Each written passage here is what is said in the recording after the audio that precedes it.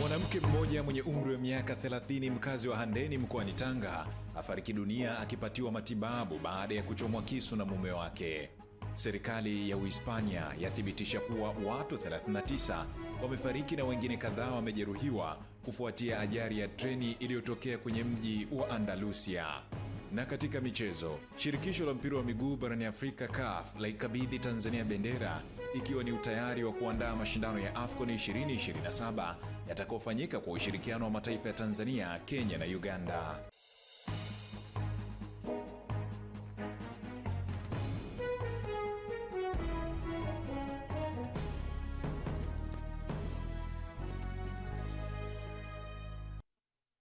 Hujambo na karibu mtazamaji wa Channel 10 popote pale ulipo, na kualika ungane nami katika taarifa ya habari ya kutwa nzima ya leo. Mimi ni Esther Amandus Zelamula, niko hapa na Tito Makombe, mkalimani wa lugha ya alama. Karibu.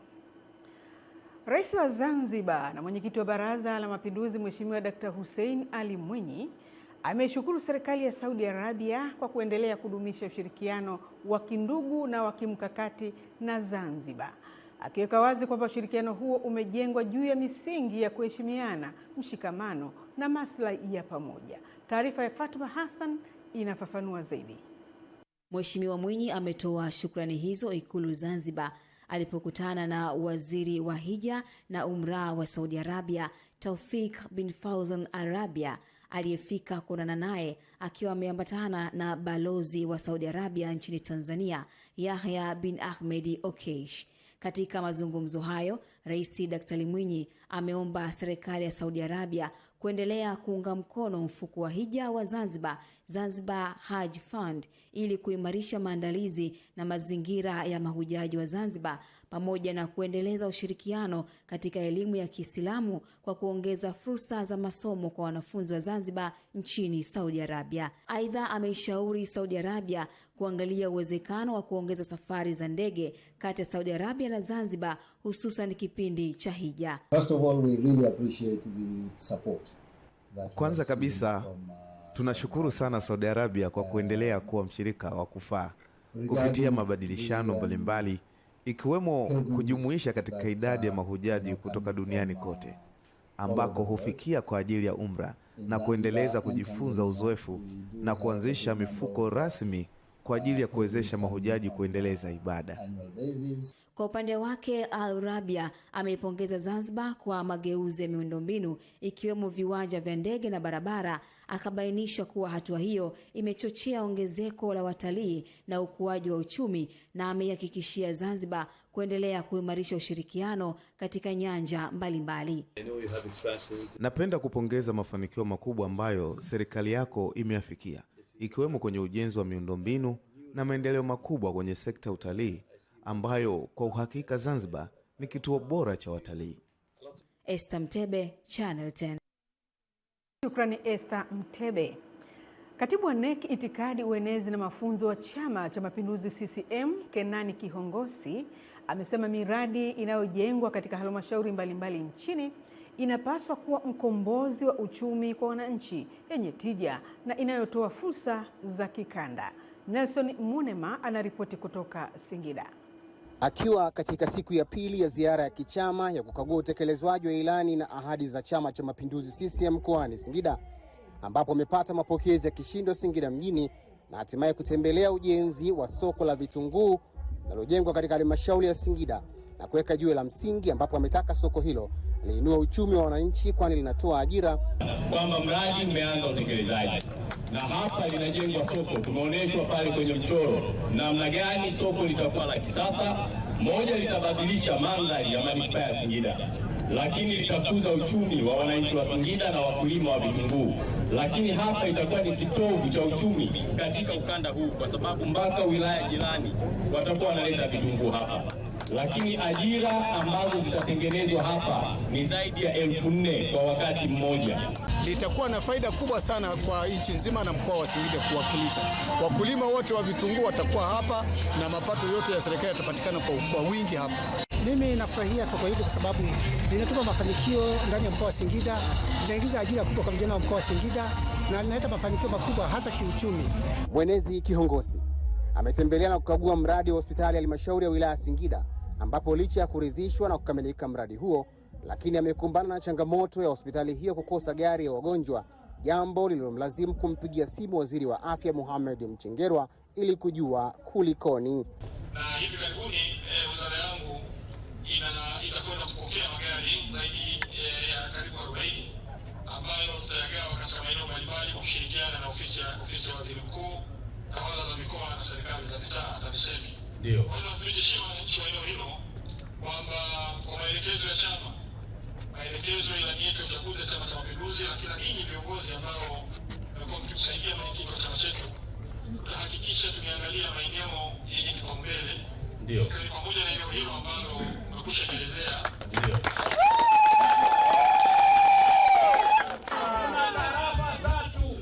Kwa hiyo tukipata magari matatu kwa ajili ya wagonjwa kuwabeba, tutawashukuru sana. Kutoka hapa halmashauri ya manispaa ya Singida mjini, mimi ni Nelson Munema wa Channel 10. Shukrani Nelson.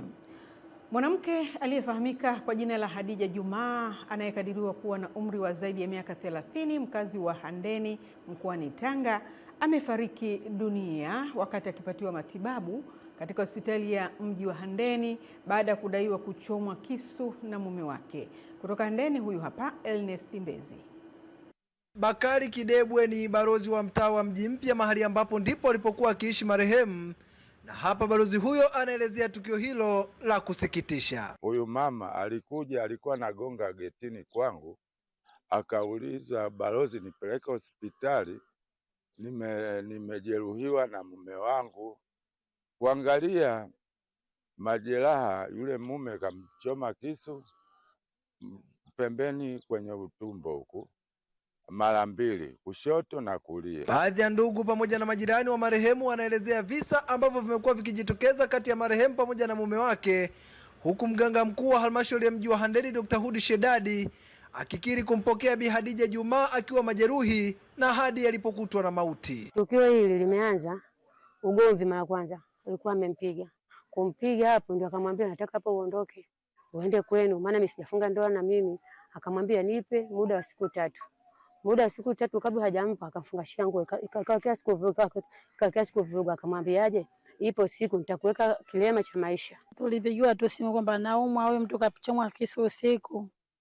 Tukatoka asubuhi jana, tukaingia majira ya saa 5, ndo tukamhudhuria mdogo wetu anaumwa. Nikakaa naye hapo ndani, nikamuuliza vipi, akanijibu akasema, mimi dada nakufa, siponi. Inasadikika kwamba alishambuliwa na alifika kwenye hospitali yetu na alipatiwa matibabu kwa kadri ambavyo madaktari wameweza kumhudumia, lakini kwa bahati mbaya alipoteza maisha. Jeshi la polisi linaendelea na uchunguzi wa tukio hilo, ambapo akiongea kwa njia ya simu, kamanda wa polisi mkoa wa Tanga Almachius Mchunguzi anatoa wito kwa wananchi juu ya kujichukulia sheria mkononi. Sasa ni kwamba kwa sheria mkononi ni kinyume cha sheria. Na anayefanya hivyo maana yake sheria haitamwacha, lazima itashughulika naye. Mungu ailaze roho ya marehemu mahali pema peponi, amin. Kutoka wilayani Handeni mkoani Tanga, mimi ni Ernest Mbezi, Channel 10.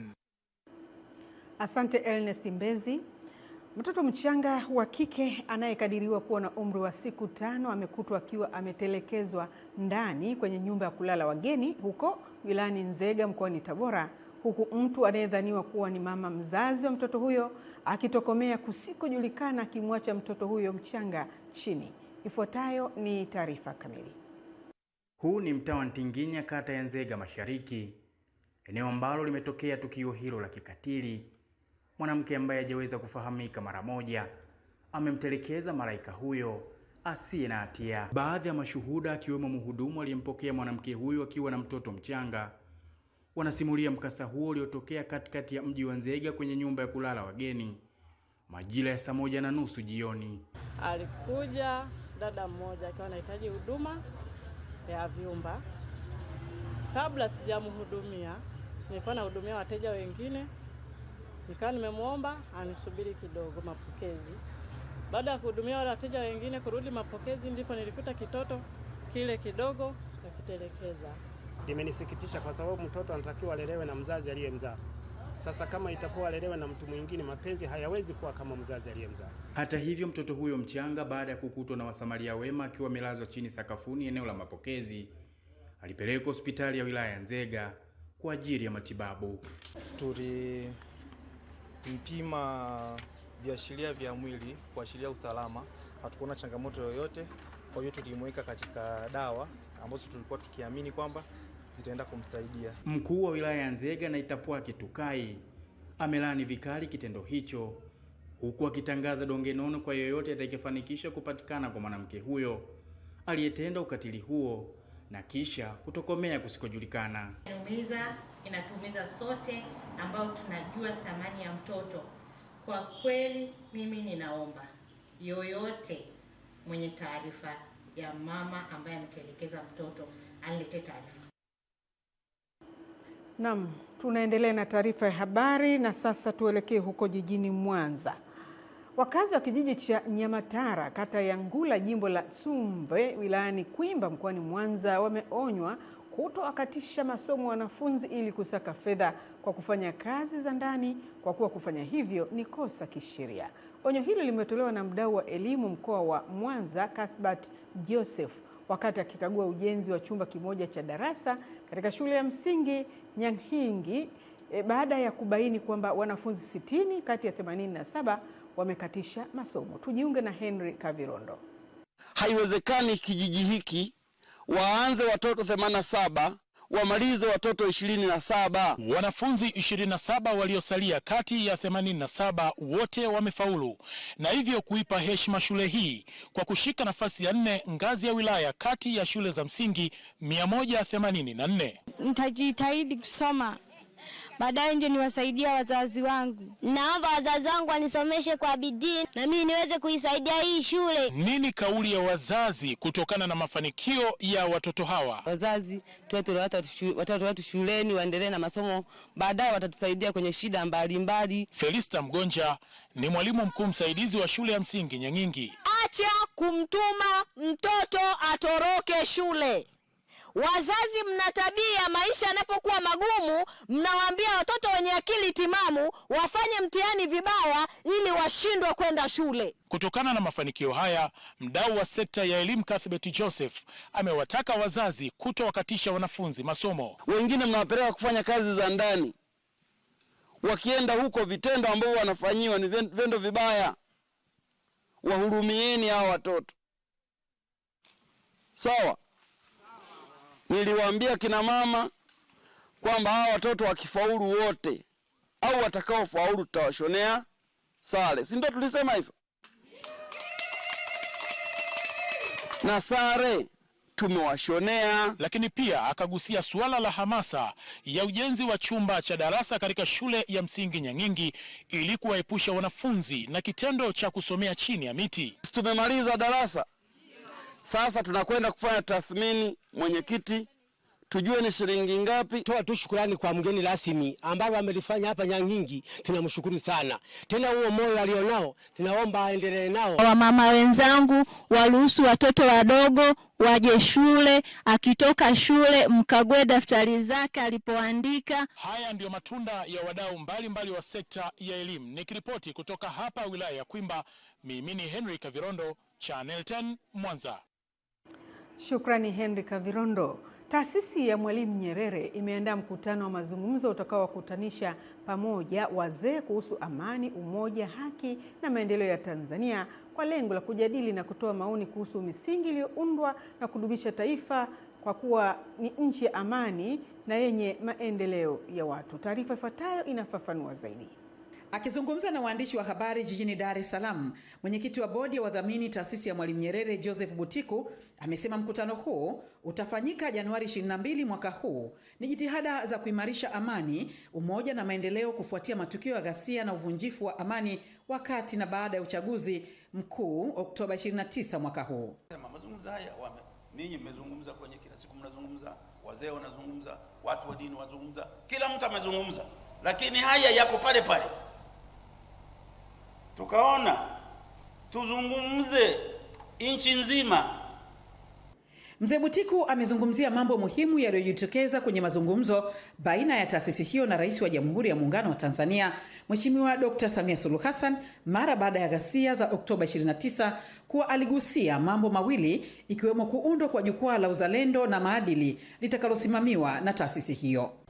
Rais wetu naye akaona namna ya kutueleza afanyeje, aunde tume itazame, asibaki yeye ana vyombo tu vya ulinzi na usalama vimtazamie. Aliona apanue, kwa ameunda tume. Sasa tume hii mnajua ina ubishi.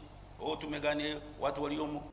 Akizungumzia tume ya uchunguzi wa matukio ya uvunjifu wa amani yaliyotokea Oktoba 29 mwaka jana, anasema nchi hii hatujui Nyerere sijui koje, sijui ujamaa kama upo, Azimio sijui kama lipo, vijana wetu hawana kazi, mtayaona huko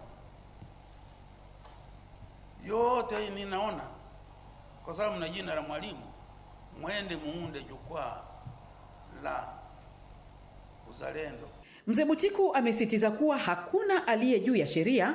Kila Mtanzania analazimika kuishi kwa kufuata misingi miwili: Katiba ya Jamhuri ya Muungano wa Tanzania ya mwaka 1977 na si katiba pendekezwa ambayo imekuwa ajenda kuu kwa wanasiasa katika kipindi hiki, pamoja na kufuata sheria za nchi.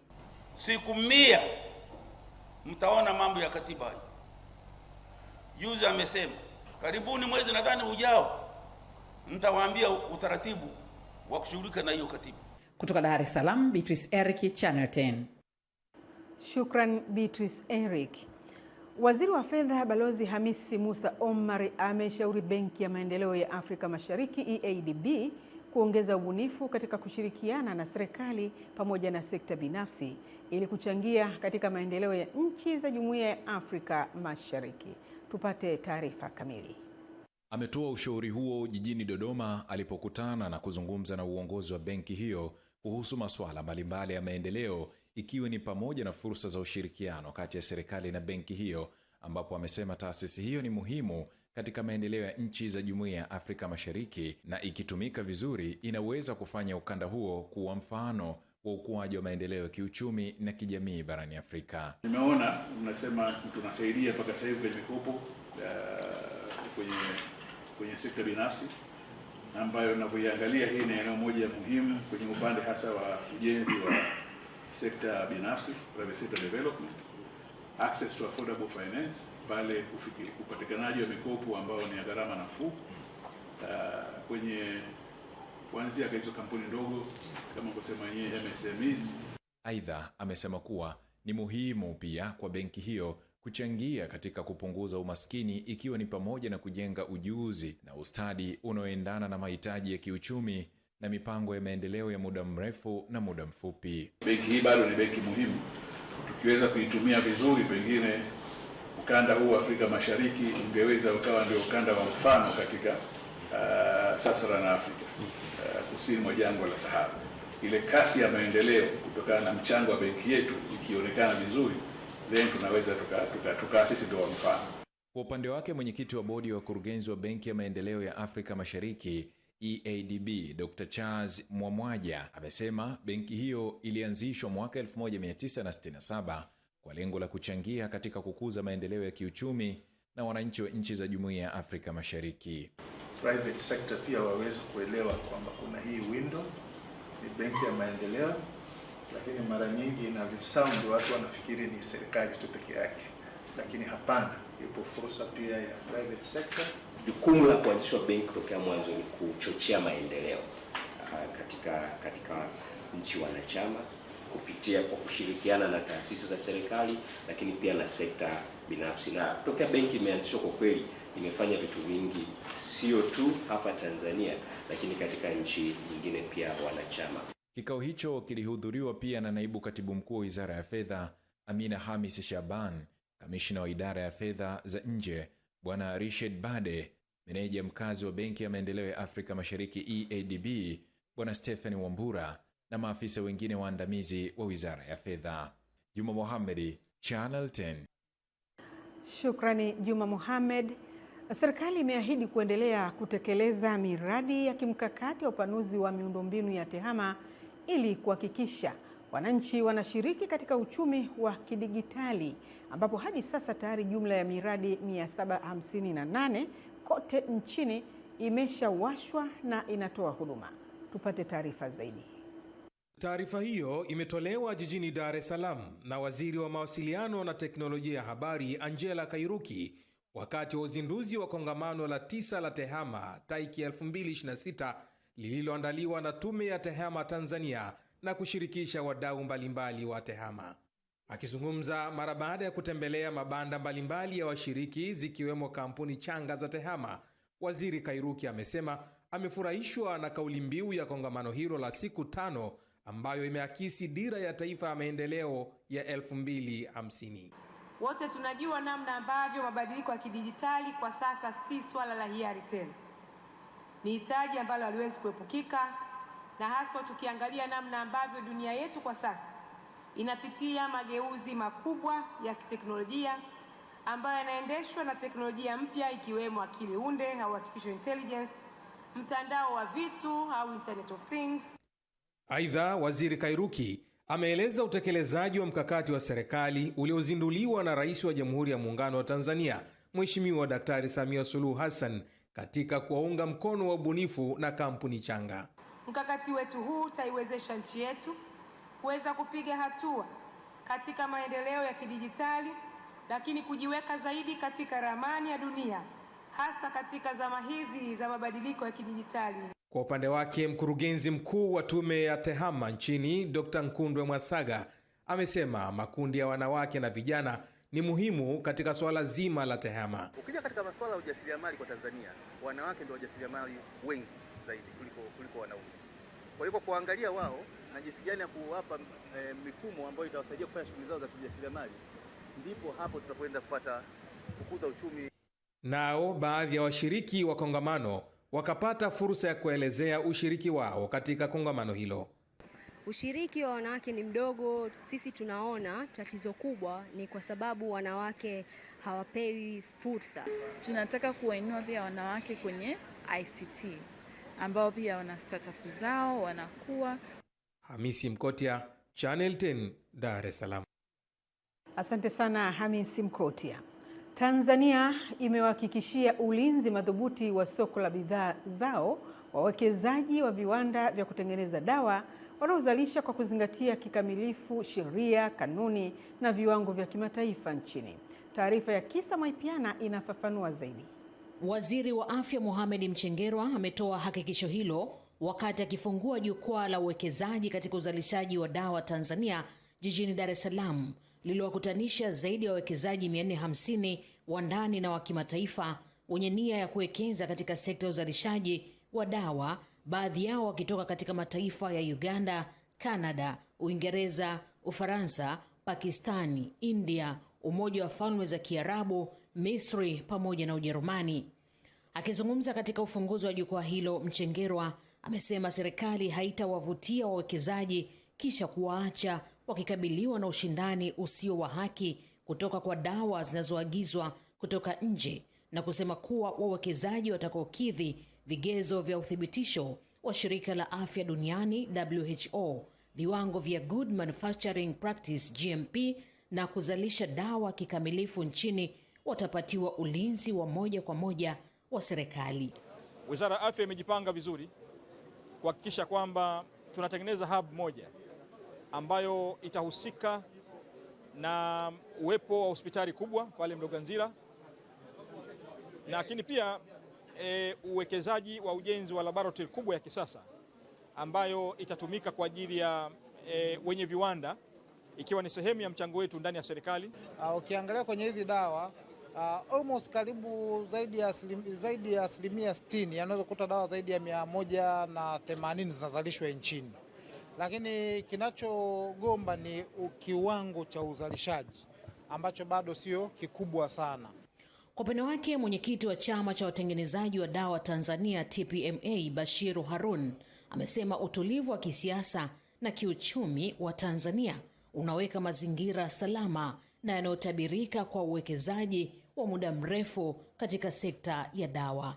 Tuna imani kwamba hii task force ambayo waziri ameiunda pamoja na hii kuwaalika wawekezaji kutoka nje, ina maana kwamba watazishughulikia changamoto zote na kuweka mazingira mazuri ya uwekezaji. Mimi ni Kisa Mwepiana wa Channel 10. Na sasa tuelekee mkoani Manyara. Shirika la Viwango Tanzania TBS limeonya matumizi holela ya vilevi ikiwemo zinazouzwa kwa kupimwa na kusema kuna uwezekano wa kutokuwa salama kwa afya ya watumiaji, hivyo kuhatarisha afya zao. Huyu hapa Elia Kimani.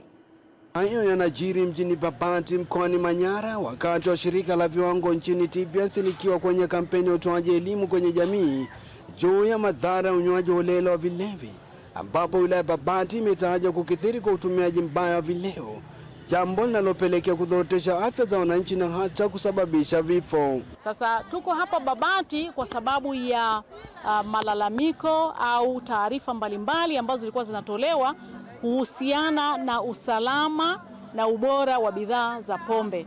Tulipokea taarifa mbalimbali kwamba upo uwezekano wa bidhaa hizi kutokuwa salama. Afisa biashara halmashauri ya mji wa Babati Upendo Edwin anakiri kupindukia kwa unywaji wa vileo, hali iliyowahi kupelekea vifo kwa baadhi ya vijana. Kwa Babati kweli mimi na maeneo mengine kwa Babati ni changamoto sana. Vijana yani wamekuwa ni changamoto kwenye ulevi wa kupindukia, wanakunywa, wanafanya matukio ya ajabu, tunasikia wanakufa kila leo, wanauana, lakini ukiangalia vyanzo ni pombe. Pombe sasa hivi wanaziuza sana kwenye maduka ya vyakula, soba asilimia kubwa, kwa sababu hata wanakunywa pombe za 500 za 1000 hizi enda baa. Kutoka mkoani Manyara, mimi ni Elia Kimani, Channel 10. Asante Elia Kimani. Jumuiya ya wanawake wa Kiislamu Tanzania JUAKITA mkoa wa Dar es Salaam imeadhimisha maulidi ya kuzaliwa kwa Mtume Muhammad sallallahu alaihi wasallam. Taarifa ifuatayo inafafanua zaidi. Akizungumza katika maulidi hayo ambayo yamefanyika kwenye viwanja vya makao makuu ya BAKWATA, katibu wa Baraza la Ulama BAKWATA Taifa, Sheikh Hassan Chizenga, amesema maadhimisho hayo ni muhimu katika kuunga mkono juhudi za wanawake wa Kiislamu za kuimarisha maadili, mshikamano na kuhimiza kushika dini kwa misingi sahihi. Hili mimi nichukue nafasi kuwaombea dua njema wote, kuanzia viongozi wa kitaifa na viongozi wa mkoa juu ya jambo hili zuri wanalifanya, na tutarajie matunda mazuri yatakayotokana na hamasa ya kuwafanya watu washike dini vizuri katika nchi yetu hii ya Tanzania. Kwa upande wake, mwenyekiti wa JUAKITA Taifa Shamim Kani pamoja na mwenyekiti wa kamati ya maulidi mkoa wa Dar es Salaam Ashley Leopold wamesisitiza kuwa maadhimisho ya maulidi ni fursa ya kuhamasisha amani, upendo na umoja katika jamii, pamoja na kuwahamasisha waumini kuwasaidia watu wenye uhitaji kuelekea mwezi mtukufu wa Ramadhani.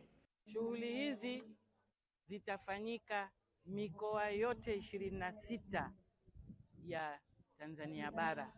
Maulidi ni sifa za mtume wetu Muhammad sallallahu alaihi wasallam. Tunahitaji amani katika nchi hii. Watanzania wote popote pale walipo, walio Waislamu na wasiokuwa Waislamu, tuipende jamani amani yetu. Amani yetu ya nchi yetu ni tunu kubwa ambayo tumejaliwa na Mwenyezi Mungu. Tusijaribu hata kwa bahati mbaya kuiharibu na kuivunja amani yetu. Tuka Dar es Salaam, Emmanuel Chegele, Channel 10. Naam, tunaomba radhi kutokana na kutokuwepo kwa sauti ya wazungumzaji, na ndio mwisho wa habari za kitaifa. Sasa ni habari za kimataifa. Zaidi ya watu 39 wamefariki dunia na wengine kujeruhiwa siku ya Jumapili, Januari 18, kusini mwa Uhispania, kulingana na ripoti mpya ya vifo iliyothibitishwa na Wizara ya Mambo ya Ndani ya Uhispania, wakati treni moja ilipoacha njia na kugongana na treni nyingine. Mamlaka za nchi hiyo zimethibitisha kutokea kwa ajali hiyo usiku wa kuamkia leo Jumatatu karibu na mji wa Ademuz mkoani Andalusia, ambapo treni iliyokuwa ikitokea Malaga kuelekea Madrid ikiwa na takriban abiria 300 ilitoka kwenye reli na kugonga treni nyingine iliyokuwa ikitokea Madrid kwenda Huelva ikiwa na abiria 200. Waziri wa uchukuzi wa Uhispania Oscar Puente amesema chanzo cha ajali hiyo bado hakijafahamika, akieleza kuwa ni jambo la kushangaza kwa treni kutoka kwenye reli katika eneo la reli lililo nyofu. Kwa mujibu wa shirika la reli la Uhispania ADIF, ajali hiyo ilisababisha majeruhi wengi, huku kituo cha televisheni ya umma nchini humo kikiripoti dereva wa treni iliyokuwa ikitokea Madrid kwenda Huelva ni miongoni mwa waliofariki. Ripoti zinaeleza kwamba jumla ya watu 100 walijeruhiwa, ambapo 30 kati yao wamelazwa hospitalini wakiwa katika hali mbaya. Rais Cyril Ramaphosa ametoa salamu za pole kufuatia kufariki dunia kwa wanafunzi 13 kutokana na ajali ya basi kusini mwa Johannesburg. Rais Ramaphosa amewasilisha rambirambi zake kwa familia, jamii na shule zilizoathirika, akisema serikali itaendelea kufanya kazi na wananchi na mashirika ya kijamii ili kulinda maisha ya raia.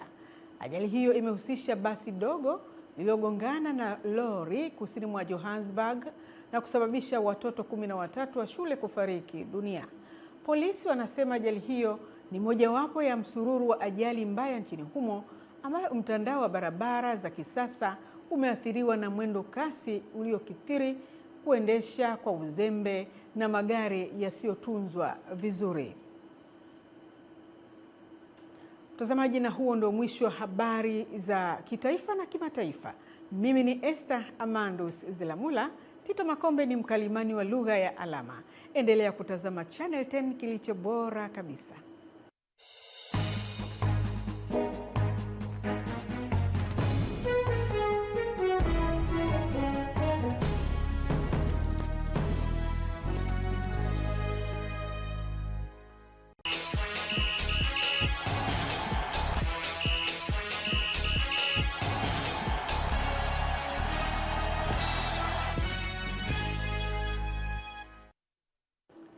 Naam, asante kwa kuendelea kutuchagua. Hii ni Channel 10 habari, na sasa ni wasaa habari za michezo na burudani.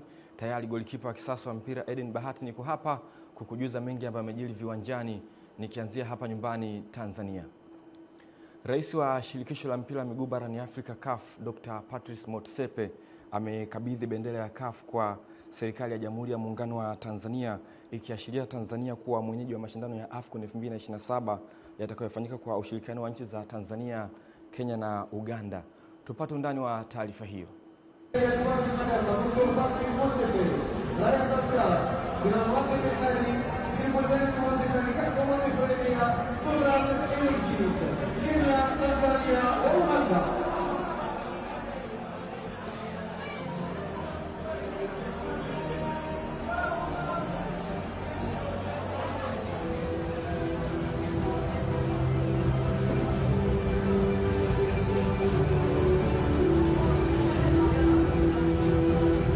Ni rais wa shirikisho la mpira wa miguu barani Afrika CAF, Dr. Patrice Motsepe akiwa na makamu wake wa rais Fauzi mara baada ya kumalizika kwa mchezo wa fainali kati ya Senegali dhidi ya Morocco, akimkabidhi bendera ya CAF waziri wa Wizara ya Habari, Utamaduni, Sanaa na Michezo wa Tanzania Paul Christian Makonda, ikiwa ni kiashiria cha uwenyeji wa mashindano ya AFCON kwa mwaka 2027 yatakayofanyika kwenye mataifa ya Tanzania, Kenya na Uganda.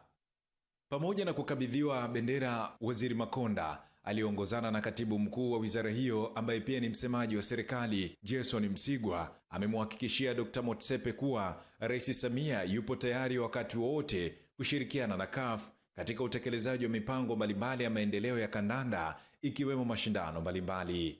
Amesema Tanzania imepiga hatua kubwa katika maandalizi ya kuwa mwenyeji wa mashindano ya AFCON 2027 sambamba na Kenya na Uganda, na kwamba imedhamiria kuonyesha utofauti mkubwa wa mashindano yaliyopita.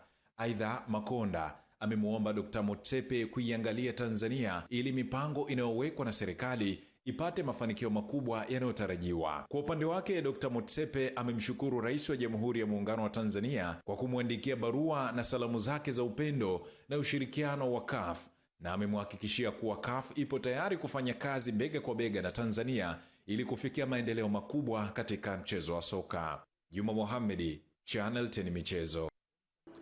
Mara baada ya michuano ya AFCON 2025 kuhitimishwa hapo jana nchini Morocco kwa kucheza mchezo wa fainali baina ya Senegali na Morocco, na Senegali ikitoa ubingwa huo, huku Tanzania ikikabidhiwa rasmi wenyeji mwenza wa mwaka 2027.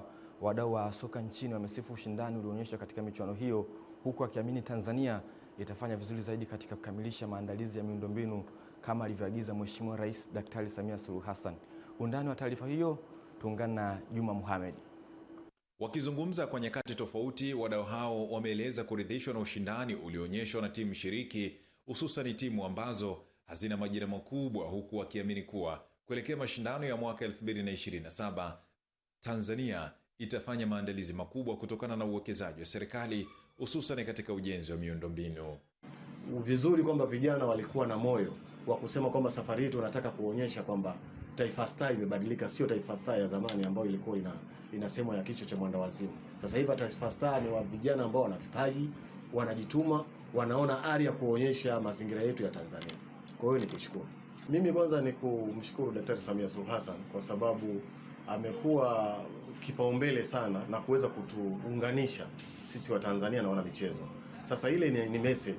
Sasa kama Daktari Samia Suluhu Hassan ametupa message, sisi tunapaswa ambao tumepewa kama wadau ni kuonyesha message yake kama ni maelekezo au ni maagizo, kuona kwamba maelekezo haya ya Mheshimiwa Rais anataka kuyaona kwa vitendo. Kwa hiyo ni ushirikiano, kushirikiana kwenye nyanja zote. Kusibaguliwe kwa maana kwamba watu fulani, hapana.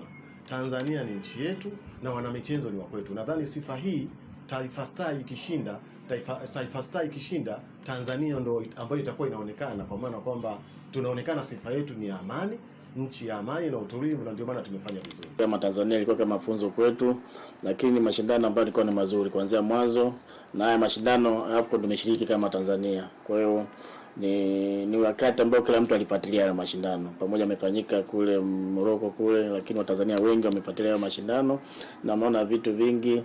Na sisi kama Tanzania kuna timu ya viongozi ambao walienda kule wakiongozwa na waziri wetu wa sasa wa michezo, walikuwepo kule AFCON. Nadhani ilikuwa ni njia rahisi kwa kama Watanzania ambao ni waandaji wa mwakani kujifunza mambo ambayo yalikuwa yanafanyika pale. Juma Mohamed, Channel 10 Michezo. Asante Juma Mohamed kwa taarifa hiyo. Timu ya soka ya Yanga imeibuka na ushindi mnene wa mabao 6-0 dhidi ya Mashujaa katika mchezo wa ligi kuu soka Tanzania bara, mchezo uliopigwa katika dimba la KMC Complex Mwenge jijini Dar es Salaam.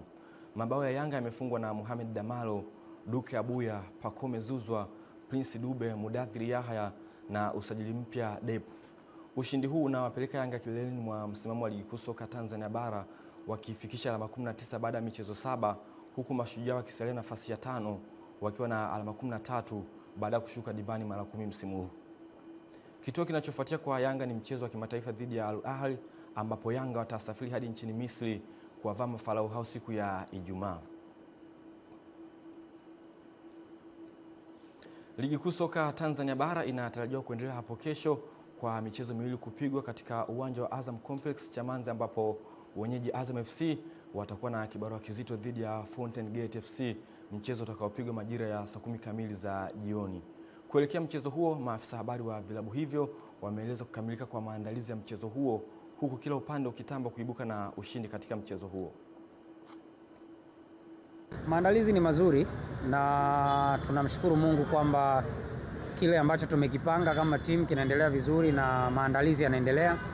Tumecheza mchezo wa ligi kuu uliopita baada ya mapumziko ya muda mrefu kupisha AFCON dhidi ya Coastal Union na tumerejea na kishindo. Sasa sijui kinaitwaje, kama ndio kishindo chenyewe cha wakoma, I don't know, lakini tumerudi vizuri na ni jambo la kumshukuru Mungu kwamba timu yetu imerudi kwenye rhythm hiyo. Hiyo tumeshasahau kama ambavyo amesema mwalimu nikimnukuu, mchezo uliopita tayari umeshapita. Tunaangalia mchezo ambao unafuata mbele. Sio mechi rahisi, ni mechi ngumu kwa sababu tunacheza na moja kati ya timu bora kwa sasa Tanzania ama kwenye ligi yetu.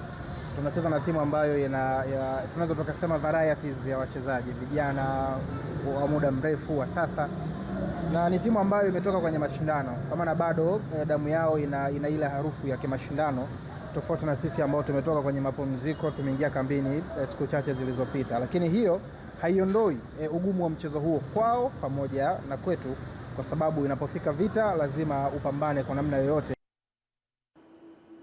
Hao ni maafisa habari wakizungumza kuelekea katika mchezo hapo kesho, ambapo Azam FC watakipiga dhidi ya Fountain Gate FC. Mpanda Veterans SC kutoka halmashauri ya manispaa ya Mpanda mkoani Katavi imeshindwa kufanya uchaguzi mkuu wa viongozi waliogombea nafasi ya mwenyekiti, makamu mwenyekiti, katibu, makamu katibu, mhasibu na mjumbe wa kamati tendaji kutokana na wagombea watano kushindwa kutimiza vigezo kwa mujibu wa sheria ya katiba yao. Tupate undani wa taarifa hiyo kutoka kwa mwanamichezo wetu Pasco Emmanuel Katona. Akizungumza kwa niaba ya kamati ya uchaguzi ya Mpanda Veterans Sport Club, Hassan Kolonga amesema kuwa jumla ya wanachama ni 52. Waliojitokeza katika uchaguzi mkuu ni wanachama 28.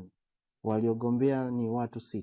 Kati hao mmoja ndiye aliyekidhi kigezo cha kugombea, huku wagombea watano wakiwa hawana vigezo. Chama Mpanda Veterans kwa muda wa miaka 14 mfululizo na hadaiwi mchango wote wala ada, hivyo tumeweza kubaini huyu mmoja ndo ana sifa. Kwa hiyo napenda kutoa hoja kwa mkutano mkuu, kama wanalizia kutengua vigezo vyote walivyowekeana na kuendelea na uchaguzi, basi majukumu hayo na maamuzi yako mkononi mwao. Mwenyekiti aliyechaguliwa kwa muda kwa ajili ya kusimamia uchaguzi huo katika mkutano mkuu wa Mpanda Veterans Sport Club, Philbert Chula, amesema nimebaini hayo makosa. Mimi kwa mamlaka nimetolewa na Mpanda Veterans natangaza kwamba tunaendesha uchaguzi mpaka hapo tutakapotangaza tena. Mwenyekiti wa chama cha mpira wa miguu wilaya ya Mpanda Tainyuna amezungumza na waandishi wa habari baada ya kuahirishwa kwa uchaguzi wa viongozi wa chama cha mpira wa miguu Mpanda Veterans Sport Club. Klabu zifuate tu taratibu za uchaguzi ambazo kimsingi kuna kanuni za kuendesha chaguzi za vilabu, na kanuni hizi zinatutaka klabu ziunde kamati ya uchaguzi na zenye sifa ambazo sifa zake ni mwenyekiti awe na taaluma ya sheria, lakini na makamu wake na taaluma ya sheria. Naamini watu wawili kwa signature yangu, lakini mtu mmoja alitamani mdhamini mimi, lakini kamwambia nishadhamini mtu akasema hapana, kwa sababu vigezo vya ruhusa wewe mdhamini tu, kwa sababu wewe unaonekana muda wote upo maeneo haya kulingana na muda alikuwa nao. Nikiripoti kutoka hapa mkoani Katavi ni mwana michezo wako Pasco Emmanuel Katona. Asante Pasco Emmanuel Katona kwa taarifa hiyo, na taarifa hiyo inatokea utuo kwenye habari za michezo kitaifa. Kwa sasa tukaangaza habari za michezo medani za kimataifa, tuungane na msimulizi wetu. Karibu katika habari za michezo kimataifa. Nyota wa mchezo wa tenis duniani Carlos Alcaraz ameanza vyema mashindano ya Australian Open mwaka 2026 baada ya kumshinda Adam Walton wa Australia katika mchezo wa raundi ya kwanza uliochezwa jijini Melbourne siku ya jana. Alcaraz alionyesha ubora wake kwa kushinda kwa seti 3 mfululizo 6-3, 7-6 na 6-2 katika mchezo uliochezwa mbele ya mashabiki wengi waliomshangilia mchezaji wa nyumbani Walton. Licha ya upinzani mkali hasa katika seti ya pili, Alcaraz alidhibiti mchezo kwa uzoefu na kasi yake ya hali ya juu. Ushindi huo unamwezesha Alcaraz kusonga mbele hadi raundi ya pili ya mashindano hayo ya Grand Slam, akiendelea na dhamira yake ya kutoa taji la Australian Open kwa mara ya kwanza katika historia yake. Kwa upande wa Walton, licha ya kuondolewa mapema, alionyesha ushindani mkubwa na moyo wa kupambana, hasa katika seti ya pili kabla ya Alcaraz kuonesha tofauti ya kiwango. Kwa matokeo hayo, Alcaraz sasa atakutana na Mjerumani Yannick Hanfmann katika raundi ya pili Januari 21 mwaka huu. Kenny Malila, Channel 10 michezo kimataifa. Asante Kenny Malila kwa kutujuza habari za michezo medani za kimataifa, na kufikia hapo hatuna ziada kutoka kwenye chumba chetu cha habari za michezo na burudani. Mimi ni Eden Bahati, goalkeeper kisasa wa mpira. Kwa sasa ni kuacha na utabiri wa hali ya hewa, kisha Esther Ziramura atarejea hapa kuhitimisha habari ya kutwa nzima ya leo. Naam, hujambo na karibu katika utabiri wa hali ya hewa ambao ni wa saa 24 zijazo kuanzia saa 3 usiku wa leo. Upepo unatarajiwa kuvuma kwa kasi ya kilomita 20 kwa saa katika maeneo ya Ziwa Rukwa, maeneo ya Nyasa, kwa kasi ya kilomita 30 kwa saa katika maeneo ya Ziwa Tanganyika, Ziwa Victoria na maeneo ya Pwani ya Kusini. Kwa wastani hali ya bahari katika maeneo ya Pwani ya Kusini inatarajiwa kuwa na mawimbi makubwa kiasi. Wakati huo huo, mamlaka ya hali ya hewa Tanzania imetoa angalizo la uwepo wa vipindi fupi vya upepo mkali unatarajiwa kuvuma kwa kasi ya kilomita 40 kwa saa katika maeneo ya Pwani ya Kaskazini, na hali ya bahari katika maeneo hayo inatarajiwa kuwa na mawimbi makubwa. Hivyo wakazi wa maeneo hayo na watumiaji wa bahari ya Hindi hususan katika maeneo ya Pwani ya Kaskazini ni vema kuchukua hatua stahiki kutokana na kuwepo kwa upepo huo mkali. Mifumo ya anga inaonyesha viashiria vya upungufu wa mvua katika maeneo yote ya mashariki mwa nchi kuelekea kusini mwa nchi, lakini hali ya mvua kiasi katika maeneo ya nyanda za juu kusini magharibi, maeneo ya magharibi mwa nchi na maeneo ya ukanda wa ziwa Victoria. Wakati usiku wa leo tunatarajia kuwa katika maeneo ya Kigoma, Tabora, Katavi na maeneo ya Rukwa kutakuwa na hali ya mawingu kiasi, mvua na ngurumo katika sehemu chache, ilhali maeneo mengi hapa nchini yanatarajia kuwa na hali ya mawingu kiasi na makavu kwa usiku wa leo. Wakati siku ya kesho tunatarajia kuwa katika maeneo ya Kagera, Geita, Mwanza, Shinyanga, Kigoma, Tabora, Katavi, Rukwa kutakuwa na hali ya mawingu kiasi, mvua na ngurumo katika sehemu chache na vipindi vya jua. Maeneo ya Mbeya, Songwe, Iringa, Njombe na Ruvuma kutakuwa na hali ya mvua, wakati maeneo ya nyanda za juu kaskazini mashariki kati ya nchi, maeneo yote ya mambo ya pwani, maeneo haya kutakuwa na hali ya mawingu kiasi na vipindi virefu vya jua. Kutoka Mamlaka ya Hali ya Hewa Tanzania, jina langu ni Tunza Sanane. Asante na usiku mwema. Ni utabiri wa hali ya hewa kwa saa 24 zijazo kuanzia saa 3 usiku huu.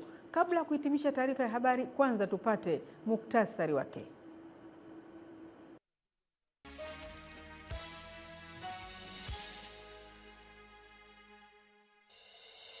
Mwanamke mmoja mwenye umri wa miaka 30 mkazi wa Handeni mkoani Tanga afariki dunia akipatiwa matibabu baada ya kuchomwa kisu na mume wake. Serikali ya Uhispania yathibitisha kuwa watu 39 wamefariki na wengine kadhaa wamejeruhiwa kufuatia ajali ya treni iliyotokea kwenye mji wa Andalusia. Na katika michezo, shirikisho la mpira wa miguu barani Afrika CAF laikabidhi Tanzania bendera ikiwa ni utayari wa kuandaa mashindano ya AFCON 2027 yatakayofanyika kwa ushirikiano wa mataifa ya Tanzania, Kenya na Uganda. Na mtazamaji, hadi hapa dawati la habari halina la ziada. Shukrani kwa wote walioshiriki kuandaa taarifa ya habari. Kwa niaba ya Tito Makombe, mkalimani wa lugha ya alama, mimi ni Esther Amandus Zelamula. Asante na nakutakia utazamaji mzuri wa vipindi vingine vinavyofuata hapa Channel 10.